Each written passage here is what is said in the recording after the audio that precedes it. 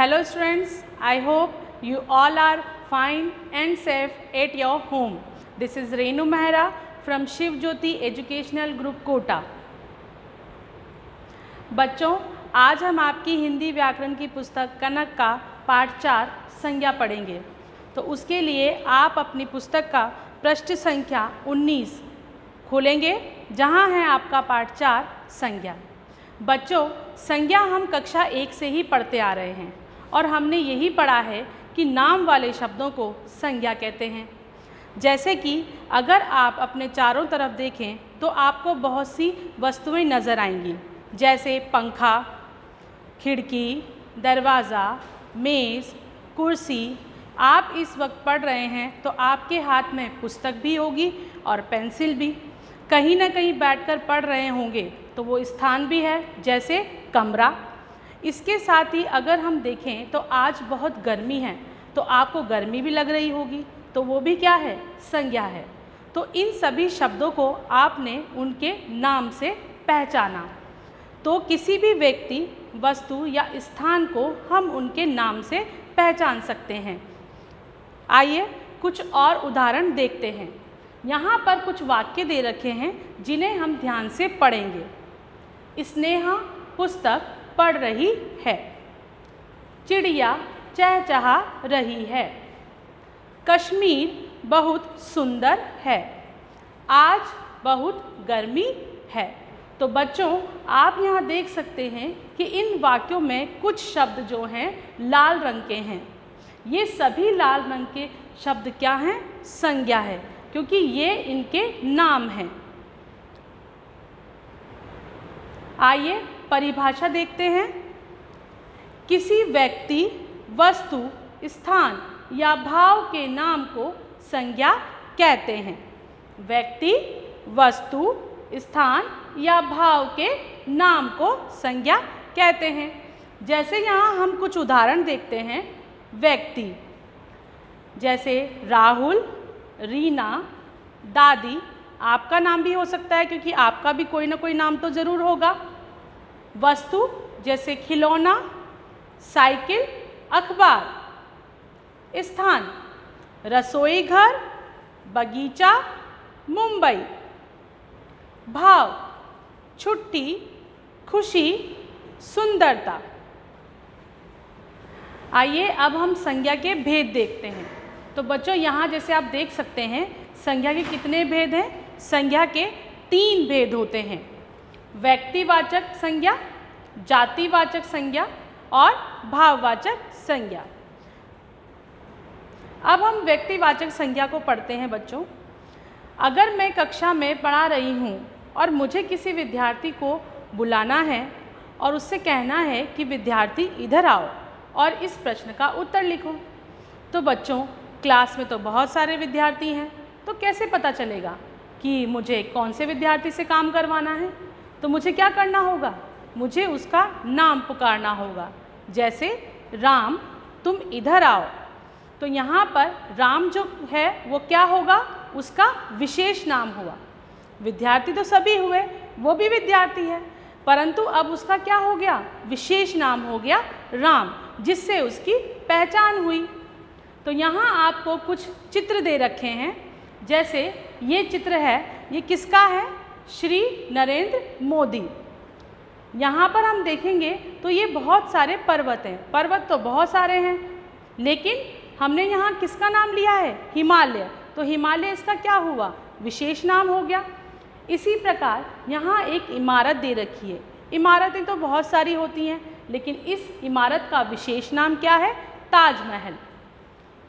तो किसी प्राणी, वस्तु या स्थान के विशेष नाम को व्यक्तिवाचक संज्ञा कहते हैं।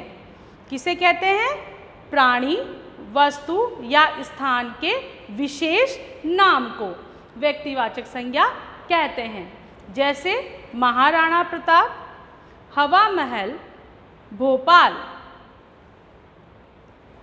अब कुछ और उदाहरण देखते हैं। बच्चों, ये जो चित्र है ये एक देश का चित्र है। देश तो बहुत सारे हैं संसार में, लेकिन हम यहाँ किसकी बात कर रहे हैं, जापान। तो ये हमें किसके बारे में बता रहा है, जापान के बारे में, तो ये इसका विशेष नाम हुआ। तो ये कौन सी संज्ञा हो गई? व्यक्तिवाचक संज्ञा। इसी तरह हमने अभी भी देखा था, इमारतें तो बहुत सारी होती हैं, लेकिन इस इमारत का नाम क्या है? लाल किला। तो ये क्या हुआ? व्यक्तिवाचक संज्ञा। अब फूल तो हमारे बहुत सारे होते हैं और बहुत सारे फूलों के बारे में हम जानते भी हैं, लेकिन इस फूल का विशेष नाम क्या है? कमल। तो ये व्यक्तिवाचक संज्ञा हुई। ये एक पुस्तक का चित्र है और पुस्तकें तो बहुत सारी होती हैं, आपके पास भी कई सारी पुस्तकें हैं, परंतु इस पुस्तक का नाम क्या है? भगवत गीता। तो ये इसका विशेष नाम हुआ, तो ये कहलाया व्यक्तिवाचक संज्ञा। इसी तरह ये जो व्यक्ति इस चित्र में हैं, इनका नाम महात्मा गांधी है। तो व्यक्ति तो बहुत सारे होते हैं, लेकिन इनका नाम क्या हुआ? महात्मा गांधी, जो कि इनका विशेष नाम हो गया। तो ये भी क्या कहलाया? व्यक्तिवाचक संज्ञा।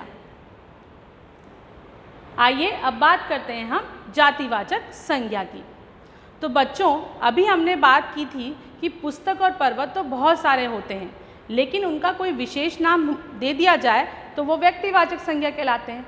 लेकिन अगर हम सिर्फ ये बात करें कि पुस्तक है हमारे पास, तो पुस्तकें तो बहुत सारी हैं और वो सारी पुस्तकों को हम पुस्तक ही कहते हैं। तो यहाँ पर जो पुस्तक शब्द है वो पूरी वर्ग को हमें बता रहा है। जैसे कि यहाँ पर आपको चित्र में फूल दिख रहे हैं, और अभी थोड़ी देर पहले हमने बात की थी कि फूल तो बहुत सारे होते हैं, और हमने देखा था कमल का फूल, जो कि उसका विशेष नाम था। तो सभी फूलों को हम फूल ही कहते हैं। तो यहाँ पर फूल जो है पूरे फूल वर्ग को हमें बता रहा है। इस चित्र में आपको दिखाई दे रहा है सड़क। अब सड़क तो बहुत सारी होती हैं और सभी जगह निकलने वाली सड़कों को हम सड़क ही कहते हैं। तो ये सड़क जो है सभी सड़कों के वर्ग को या जाति को हमें बता रही है, इसीलिए ये क्या कहलाता है? जातिवाचक संज्ञा। इसी चित्र में आप बस भी देख सकते हैं, हम सभी बसों को बस ही कहते हैं। तो ये पूरे वर्ग को हमें बता रहा है। इस चित्र में जो है वो अध्यापक है। अब सभी अध्यापकों को हम अध्यापक ही कहते हैं, आप भी अध्यापक ही कहते हैं सभी को। तो ये क्या कहलाया? हमारा जातिवाचक संज्ञा, क्योंकि अध्यापक शब्द जो है हमें पूरे वर्ग के बारे में बता रहा है।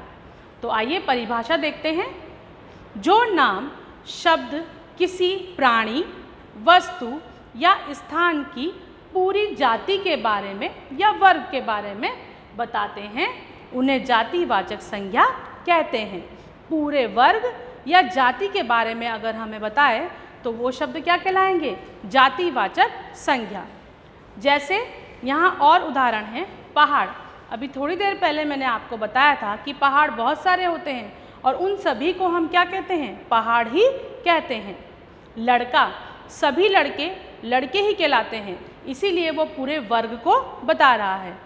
पेड़, सभी पेड़ों को हम पेड़ ही कहते हैं, इसीलिए यहाँ पेड़ शब्द भी जो है पूरे वर्ग को हमें बता रहा है। तो ये भी क्या कहलाया? जातिवाचक संज्ञा। शहर, शहर चाहे कोई भी हो वो शहर ही कहलाता है। तो यहाँ पर शहर शब्द जो है वो सभी शहरों के वर्ग को हमें बता रहा है। तो बच्चों, जातिवाचक संज्ञा के हम कुछ और उदाहरण देखते हैं। जैसे भाषा, हमारे देश में कई सारी भाषाएं बोली जाती हैं और बहुत सारी भाषाएं होती हैं।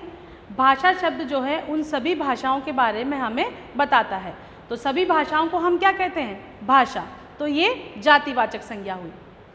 लड़का, बहुत सारे लड़के होते हैं और सभी लड़कों को हम लड़का ही कहते हैं, तो लड़का क्या कहलाया? जातिवाचक संज्ञा। घर, सभी के घर होते हैं बच्चों और सब घरों में रहते हैं और घर बहुत सारे होते हैं और उन सभी को हम क्या कहते हैं? घर ही कहते हैं। तो यहाँ पर घर भी क्या हुआ हमारा? जातिवाचक संज्ञा। विद्यालय, सभी बच्चे विद्यालय में पढ़ने जाते हैं और बहुत सारे विद्यालय होते हैं और उन सभी को हम क्या कहते हैं? विद्यालय ही कहते हैं। तो यहाँ पर विद्यालय भी क्या हुआ? जातिवाचक संज्ञा। इसी प्रकार कंप्यूटर, आजकल सभी बच्चे अधिकतर कंप्यूटर पे काम करते ही हैं और कंप्यूटर जो होते हैं वो सभी के काम आते हैं और सभी कंप्यूटर को हम क्या कहते हैं? कंप्यूटर ही कहते हैं। तो कंप्यूटर भी क्या हुआ हमारा? जातिवाचक संज्ञा। अब हम बात करते हैं भाववाचक संज्ञा की। बच्चों, कई बार हमारे मन में कई सारे भाव उठते हैं और उन सभी भावों के कोई ना कोई नाम होते हैं। जैसे मैंने आपको थोड़ी देर पहले बताया था कि आज बहुत गर्मी है। अब ये गर्मी क्या है? गर्मी हमारे मन का भाव ही होता है। तो ये क्या कहलाता है? भाववाचक संज्ञा। जैसे यहाँ पर आपको कुछ उदाहरण दे रखे हैं। इस चित्र में जो दिख रहा है आपको, ये मोटा व्यक्ति है, तो ये क्या कहलाया? मोटापा। मोटा से क्या बन गया? मोटापा। तो ये मोटापा क्या है? इसकी अवस्था है, ये भी मन का भाव ही कहलाता है। सिलाई। सिलाई सिलना, कई बार आपकी मम्मी आपके घर पे कपड़े वगैरह सिलती होगी, तो ये जो सिलाई है ये भी क्या है? मन का भाव ही कहलाता है। हरियाली। बरसात का मौसम है, बारिश होती है तो चारों तरफ क्या हो जाती है? हरियाली हो जाती है। तो ये हरियाली भी क्या कहलाता है? मन का भाव कहलाता है। तो परिभाषा देखते हैं बच्चों। किसी प्राणी, वस्तु या स्थान के गुण और दोष, दशा जिसकी बात हमने अभी की थी, जैसे मोटापा, अथवा मन के भावों को बताने वाले शब्दों को भाववाचक संज्ञा कहते हैं। प्राणी, वस्तु या स्थान के गुण, दोष, दशा अथवा मन के भावों को बताने वाले शब्दों को भाववाचक संज्ञा कहते हैं। जैसे दुख, कई बार हम दुखी हो जाते हैं। हंसी, हंसते भी हैं हम। लंबाई, लंबाई क्या हुई? व्यक्ति की अवस्था या दशा। मिठास, मीठा से क्या बना? मिठास, ये भी क्या कहलाया? मन का भाव। आइए कुछ और उदाहरण से हम भाववाचक संज्ञा को समझते हैं। ये लड़की जो है चित्र में, वो पानी पी रही है। क्यों पी रही है? क्योंकि उसे क्या लगी? प्यास लगी। तो वो प्यास क्या है उसका? मन का भाव। गर्मी लगती है तो सर्दियों में हमें ठंड भी लगती है, तो उससे क्या बना? ठंडक। तो ये ठंडक भी क्या हुआ? मन का भाव। लिखावट, हम जब कुछ लिखते हैं तो उसे हम लिखावट कहते हैं। क्या कहते हैं? लिखावट। तो ये भी क्या कहलाया? हमारा भाव, और इसीलिए ये भी क्या है? भाववाचक संज्ञा। मित्रता, या जिसे हम दोस्ती भी कहते हैं, ये भी हमारे मन का भाव होता है, तो ये भी भाववाचक संज्ञा है। बचपन, अभी आप सभी लोग छोटे हैं और आपकी इस अवस्था को हम क्या कहते हैं? बचपन कहते हैं। तो ये भी हमारी दशा या अवस्था कहलाई, जो कि भाववाचक संज्ञा में ही आता है। आइए बच्चों, अब हम हमारी पुस्तक का जो बुक वर्क है वो एक बार डिस्कस कर लेते हैं या समझ लेते हैं।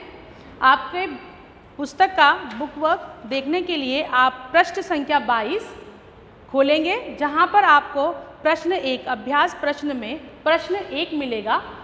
वाक्यों को पढ़कर संज्ञा शब्दों पर गोला लगाइए।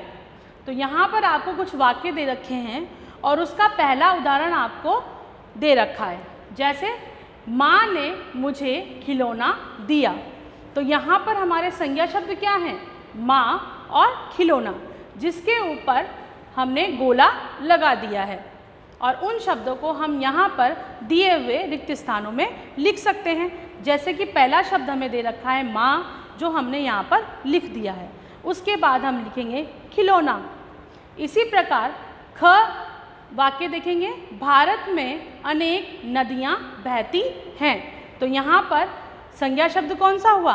भारत और नदियाँ। इन पर हम इसी प्रकार गोला लगाएंगे और फिर इन शब्दों को यहाँ दिए हुए रिक्त स्थानों में भरेंगे। इसके साथ ही आप बाकी के वाक्य भी करके देख सकते हैं। अब है प्रश्न नंबर 2। अपने बारे में लिखकर वाक्य पूरे कीजिए। यहाँ पर आपको कुछ रिक्त स्थान दे रखे हैं, इनमें आपको अपने बारे में बताना है। जैसे मेरा नाम खाली जगह है, तो यहाँ पर आप अपना नाम लिखेंगे। जैसे मैं लिखूँगी मेरा नाम रेनू है। इसी प्रकार मेरे खाली जगह में खाली जगह सदस्य हैं। सदस्य किस में होते हैं? परिवार में होते हैं। किस में होते हैं? परिवार में। तो यहाँ पर क्या आएगा? मेरे परिवार में 5 सदस्य हैं। तो आपके परिवार में जितने सदस्य होंगे, आप उतने सदस्यों की संख्या यहाँ पर लिख सकते हैं। इस प्रकार आप सभी वाक्यों को पूरा कर सकते हैं। प्रश्न नंबर 3, दिए गए अनुच्छेद को पढ़िए और संज्ञा शब्दों को सही स्थान पर लिखिए। आपको यहाँ पर एक अनुच्छेद दे रखा है, उसे पढ़ना है और हमारे संज्ञा के तीनों भेदों के अनुसार उन शब्दों को अलग अलग लिखना है। जैसे बगीचे में आम का पेड़ है, यह फलों से लदा है, फलों की सुगंध से पक्षी यहाँ आते हैं, कोयल की कूक सुरीली है, गाय इसकी घनी छाया में बैठती है और अपनी थकान मिटाती है। यहाँ पर आपको एक एक शब्द पहले से ही लिखा हुआ दे रखा है। उदाहरण के तौर पर जैसे बगीचे में आम का पेड़ है, तो यहाँ आम जो है वो क्या है, हमारा व्यक्तिवाचक संज्ञा, तो हमने उसे व्यक्तिवाचक संज्ञा में लिख दिया। बगीचा क्या है, जातिवाचक संज्ञा, तो वो जातिवाचक संज्ञा में आ गया। और सुगंध क्या है, भाववाचक संज्ञा, तो वो भाववाचक संज्ञा में आ गया। इस प्रकार आप इस अनुच्छेद को पढ़कर उसके शब्दों को उनके भेद के अनुसार अलग अलग लिख सकते हैं। प्रश्न नंबर 4, दिए गए शब्दों से भाववाचक संज्ञा बनाइए। अब यहाँ पर आपको क्या करना है, कुछ शब्द दे रखे हैं और उन संज्ञा शब्दों से भाववाचक संज्ञा बनाना है। जैसे आपको पहला उदाहरण दे रखा है मित्र, मित्र से कौन सा भाववाचक संज्ञा बना, मित्रता।